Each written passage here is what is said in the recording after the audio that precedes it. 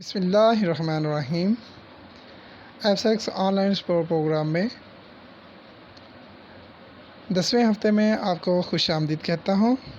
میں ہوں آپ کا اردو ٹیچر وحید شاد، آرمی پبلک اسکول اور کالج پنو عقل چھاونی سے، درجہ مڈل سیکشن جماعت سشم۔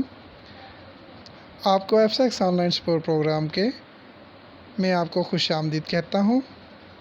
یہ ویڈیو ہماری OSP راؤنڈ 2 کے دوسرے ہفتے یعنی اوورآل 10ویں ہفتے پر مشتمل ہے۔ کتاب کا نام سریر خامہ، صفحہ نمبر 31 تا 35۔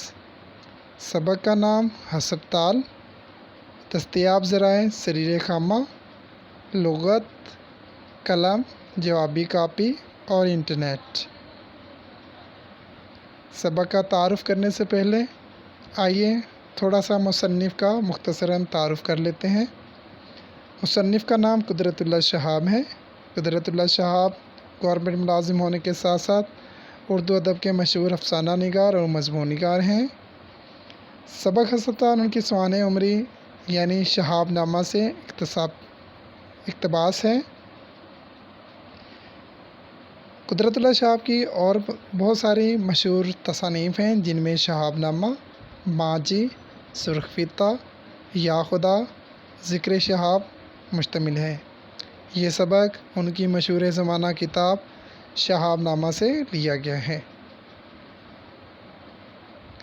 عزیز طلبات، سبق کے عنوانات کو مناسب وقت اور توجہ دینے کے لیے مختلف دنوں میں تقسیم کیا گیا ہے۔ یہ تقسیم کچھ ایسے ہوگی۔ پہلا دن سبق اور پڑھائی لغت کا استعمال پر مشتمل ہوگا۔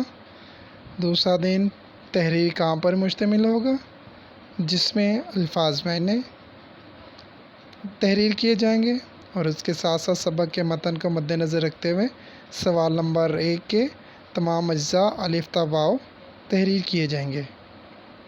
تیسرا دن بھی تحریری کام پر مشتمل ہے، جس میں ہم سوال نمبر 1 کا جزء تحریر کریں گے۔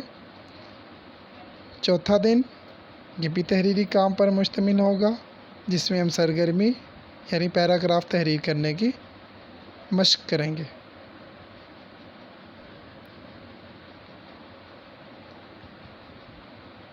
مقاصد تدریس، سبق کی پڑھائی، لغت کا استعمال اور اس کی مشق۔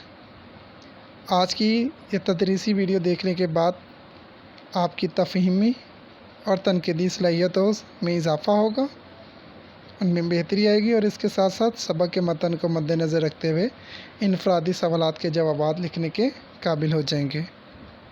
ضروری معلومات میں اضافہ اور اس کے ساتھ ساتھ انٹرنیٹ کی مدد سے انفرادی طور پہ تحریری کام کرنے میں آسانی فراہم کرنا ہوگا۔ عزیز طلبات، سبق کی پڑھائی یعنی بلند خوانی، جس میں ہم لغت کا استعمال کرتے ہیں یا اس کی مشق کرتے ہیں۔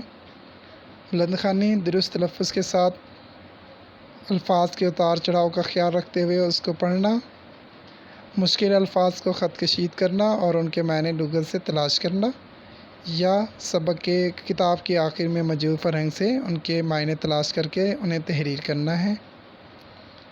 بلند خوانی کے دوران، سبق کی پڑھائی کے دوران سبق کا اخلاقی پہلو یا فکری پہلو تلاش کرنا اور اس کو سمجھنا، اس پہ غور کرنا بھی ہے۔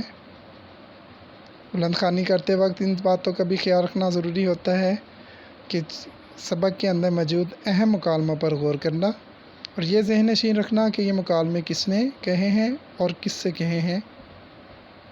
اس سے آپ کے سبق بلند خوانی مؤثر ہو سکتی ہے، آپ کو سبق مزید سمجھنے میں آسانی فراہم کر سکتا ہے۔ عزیز طلبات، یہاں پر سبق کی بلند خوانی نہیں کروائی جائے گی، بلکہ سبق کا تھوڑا سا مختصراً تعارف آپ کی آسانی کے لیے سبق میں سے چند اہم اقتباسات جو ہے وہ آپ کی نظر کر رہا ہوں، تاکہ آپ کو انفرادی تحریری کام کرنے میں آسانی ہو سکے۔ تو آئیے آپ کو وہ پیراگراف سناتا ہوں۔ مریض اپنی بساط کے مطابق اپنے مرض کی خود تشخیص کرتا تھا، اور ڈاکٹر صاحب بڑی صورت کے ساتھ نسخہ لکھ کر اس کے حوالے کر دیتے تھے۔ غالباً یہ نسخہ